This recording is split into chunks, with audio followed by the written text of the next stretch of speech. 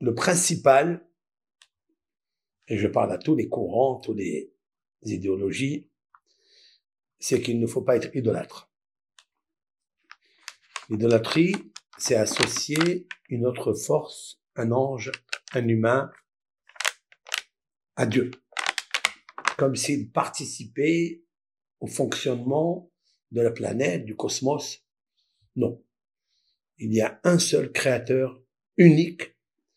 C'est à lui qu'il faut servir. Il n'y a aucune force qui s'appelle Dieu sans lui. Et toutes les forces ne peuvent rien faire sans son autorisation. Et après, sa force, c'est lui qui dirige. Et même quand il y a, par exemple, des mauvais décrets, et que l'Éternel ne peut rien faire parce que il y a le libre arbitre, il y a discipline, midat hadin, c'est-à-dire c'est la chambre de la justice, le palais de justice, que l'Éternel lui-même a créé. Il ne peut rien faire contre ça. Quand même, il a donné à décider à d'autres pouvoirs qui sont sous son ordre, sa tutelle, et même si ils ont donné un verdict qui est mauvais, un mauvais décret qui va arriver sur tel ou tel, ou sur une ville, ou sur un pays, comme on le dit à Rosh Hashanah, qui va vivre, qui va mourir, qui va être dans la famine, etc. L'Éternel, il peut toujours changer.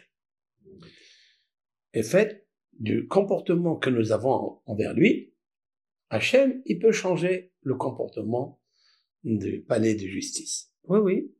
Ils n'ont aucune autorisation sans lui. C'est ce que, cette phrase magique, miraculeuse que Moïse, Moshe a dit dans la Torah, Ke'ata hua ha'elokim b'shamayim ba'aretz, c'est toi le pouvoir dans le ciel et dans la terre. Un od, il n'y a pas un autre.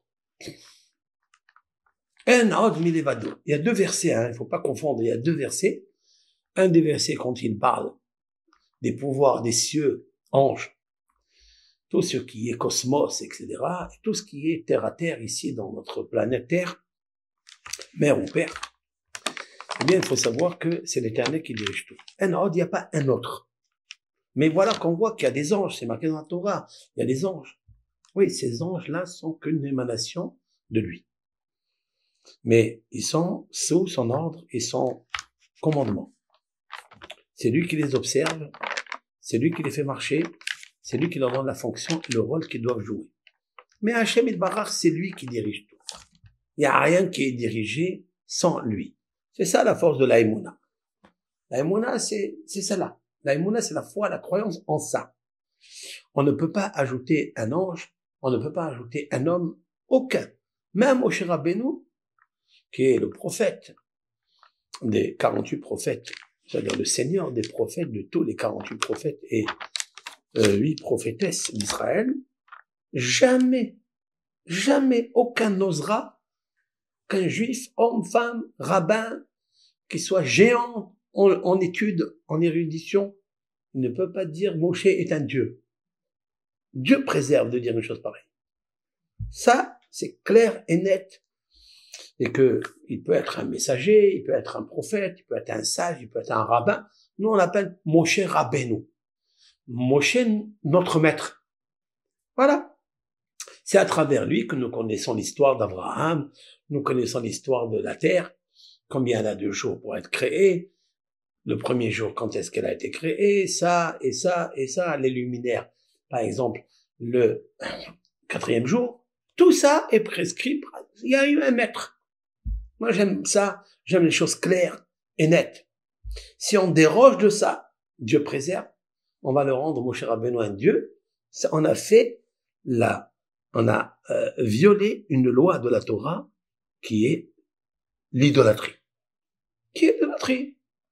Donc, nous, on ne veut pas rentrer dans ça. Et il ne faut pas rentrer de dire que Moshe, il est Dieu. Pas du tout. L'homme de Dieu. C'est marqué dans la Torah que Moïse, Moshe, est l'homme de Dieu. L'homme de Dieu parce qu'il a reçu, par sa qualité de modestie, sa qualité de sincérité, d'honnêteté, d'amour pour Dieu. C'était le serviteur de Dieu. Voilà. C'est très intéressant de dire ça.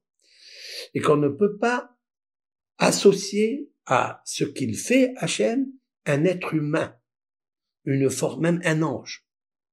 D'ailleurs, la sortie d'Égypte, c'est vrai que Moshe, Aaron et les 70 sages d'Israël ont participé. Mais à quoi? Non, on ne peut pas dire que Moshe a ouvert la mer par sa force, parce que lui, il est Dieu. Parce que Dieu, il est en lui. Oui, Dieu, il est en lui, bien sûr. Il le dirige. Mais il n'est pas Dieu. Il est l'homme de Dieu. Le terme dans la Torah, Ish ha-Elohim. Comme on dit d'un homme, on dit il est un homme de Dieu. Ça veut dire quoi? Ça veut dire qu'il respecte, il essaye d'être dans la piété, dans ses vertus. Il nous faut être un homme de Dieu pour servir Dieu par ses vertus. On apprend de lui qu'il faut être patient. Hein? Combien la patience, elle nous manque dans nos foyers. Combien on ne supporte pas le caractère de l'époux ou de l'épouse quand il nous montre la mayonnaise de disjoncte. D'accord? Ça nous montre la moutarde de disjoncte. Eh bien, on dit, ouais, tu es comme ça, tu es ceci, tu commences à... Non, t'as pas les vertus de Dieu. Tu dois être un homme de Dieu. Dans ta maison, tu dois respecter le caractère de l'autre, avoir la patience pour l'autre, le partage pour l'autre. Ce sont des vertus que l'Éternel a. Ce sont des vertus que nous devons recevoir. Nous devons avoir pour être comparés à lui. Pour que l'Éternel puisse habiter en moi, s'incarner en moi. Quand je dis l'Éternel s'incarne en moi, c'est pas l'essence même de Dieu qui va s'incarner, mais son émanation, c'est-à-dire sa vertu. Ce sont des vertus, mais on va pas devenir Dieu. Jamais. Ça, c'est illogique. C'est illogique. La preuve que Monsieur X, qui était un géant dans le business ou un géant multimilliardaire, on parle plus de lui. Il n'est plus là. C'est fini. On se rappelle. On a un mémoire épisodique qu'elle a existé dans cette génération, etc. L'année telle, le mois tel, et là, il est plus là. On peut pas dire qu'il est Dieu. C'est pas possible. Dieu, on parle de lui maintenant. Vous voyez qu'on parle de lui. On parle de ses vertus. Parce qu'il est l'âme du monde. Il est l'essence même du monde. Et ça, c'est très intéressant. Très intéressant de savoir que on peut tout gâcher dans notre vie si on dit que tel homme est Dieu. Jamais. Jamais il faut dire une chose pareille. C'est interdit, et c'est aussi créer une rivalité, pas avec Dieu, mais avec toi-même. Parce que le jour où tu vas être déçu, tu vas t'énerver. Comme disent nos sages, quelle différence qu'il y a entre un serviteur de Dieu et celui qui n'est pas serviteur de Dieu. C'est quand il n'est pas serviteur de Dieu parce qu'il pense qu'il est lui-même Dieu, il peut s'énerver, il peut s'enorgueillir. Comme le Pharaon. Nous prenons un exemple du Pharaon. Le Pharaon, il s'est mis en colère.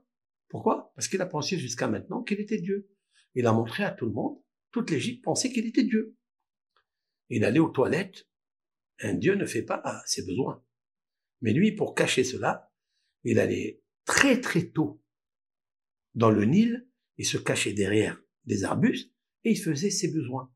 Et il avait juste un petit serviteur qui lui a recommandé de ne jamais dévoiler qu'il fait ses besoins. Hein? Mais un Dieu ne fait pas ses besoins.